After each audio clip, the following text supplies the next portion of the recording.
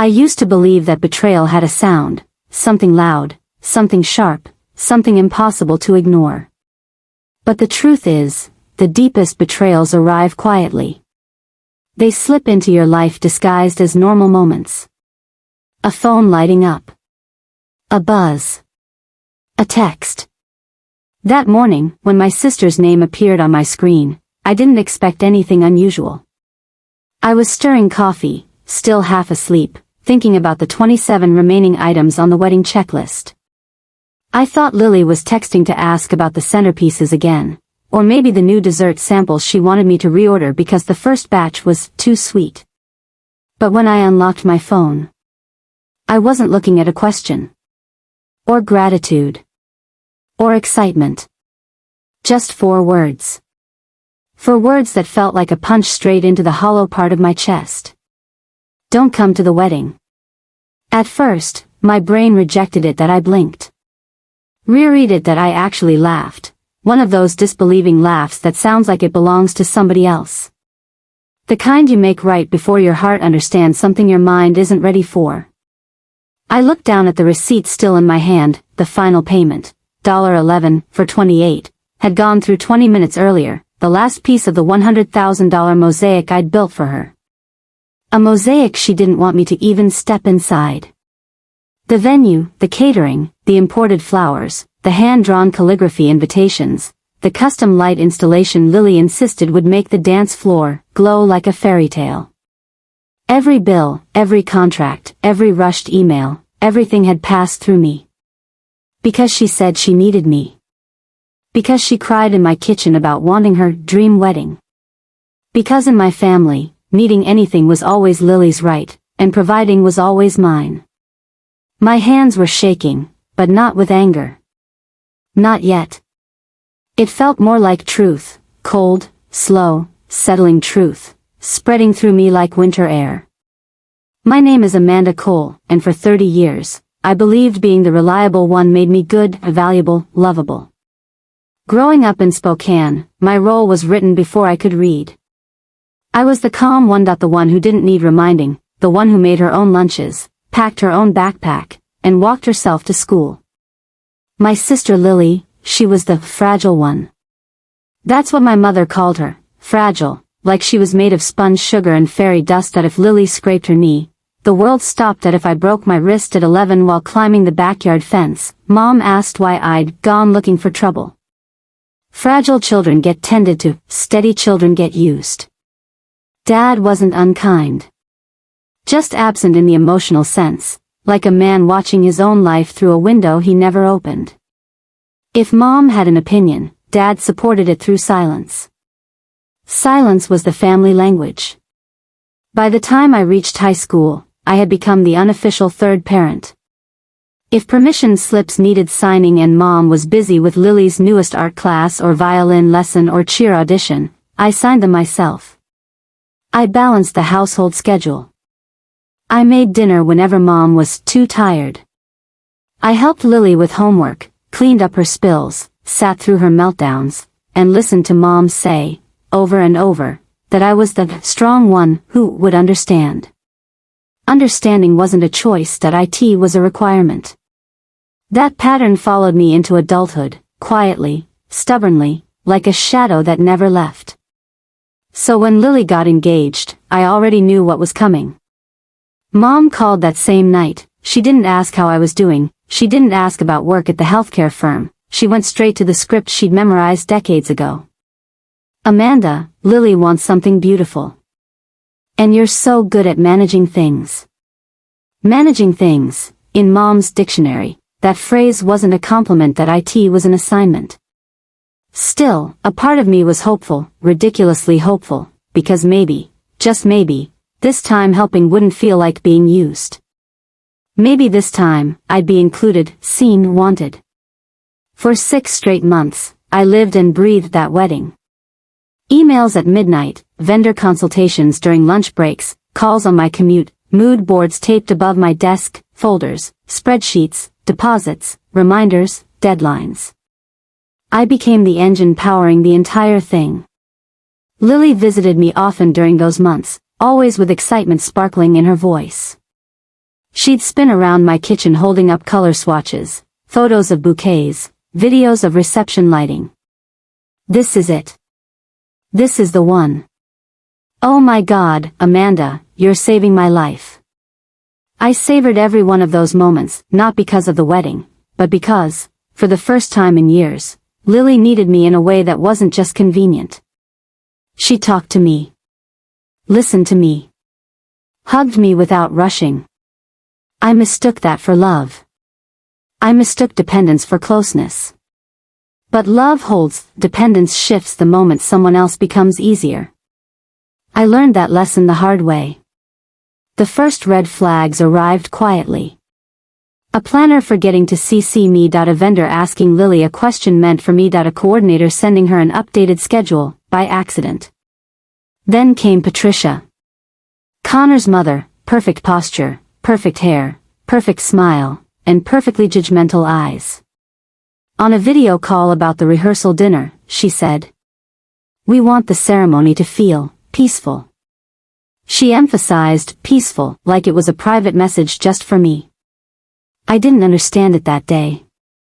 Later, it hit like a slammed door.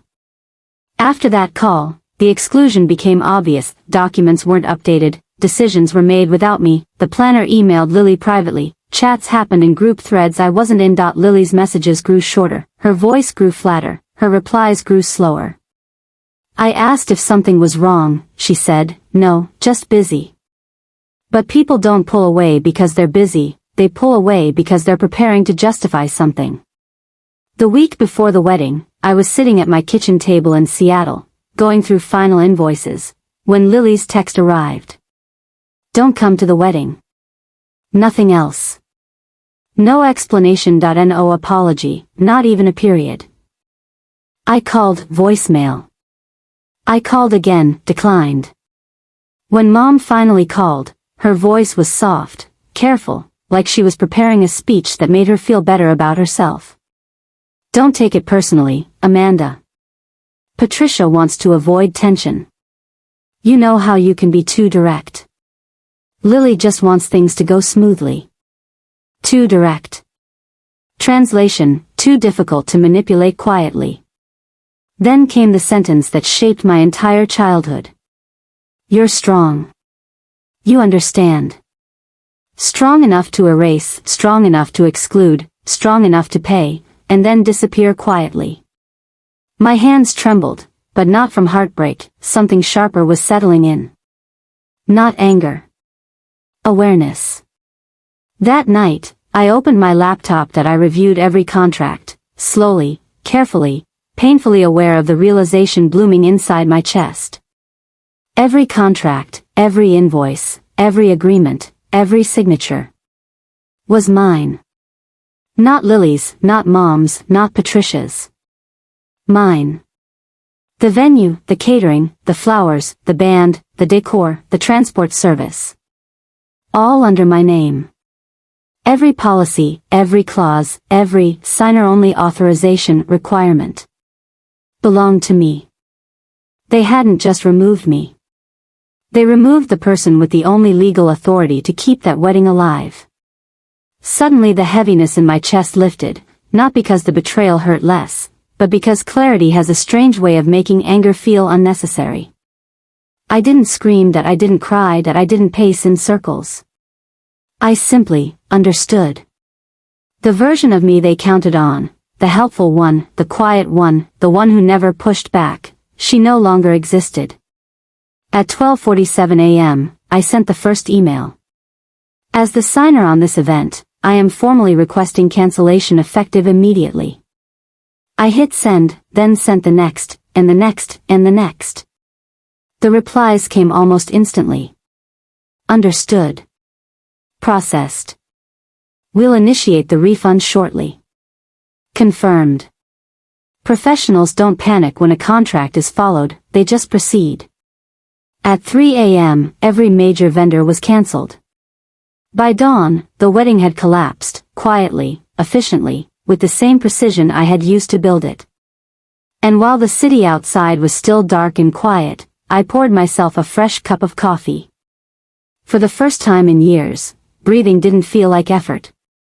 At noon, my phone started melting. Calls, texts, voicemails.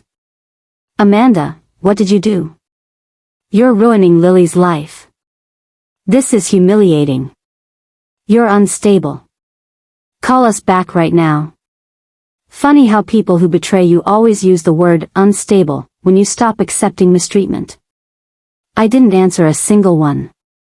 Instead, I made breakfast, eggs, toast, black coffee, and sat at my table in complete silence. Peace isn't loud. It's the absence of demands. At 9 p.m., the doorbell rang. Lily. Not wedding ready, curated Lily, but real Lily. Her hair was frizzy, her makeup smeared, her sweater stretched at the sleeves. She looked small, like the world had finally shown her a version of itself she'd never experienced. Amanda, she whispered. Please, let me in. She sat on the edge of my couch, clutching her phone like it was the last anchor holding her upright. Why did you do this? She asked, voice trembling. You told me not to come. I didn't mean it literally. Texts are literal. She swallowed hard. Patricia said, it might be calmer without you. She thinks you're too intense. I laughed softly. Patricia has no idea what intense looks like. She flinched. I didn't. How did you expect me to react? I asked quietly. After paying for everything? She didn't respond.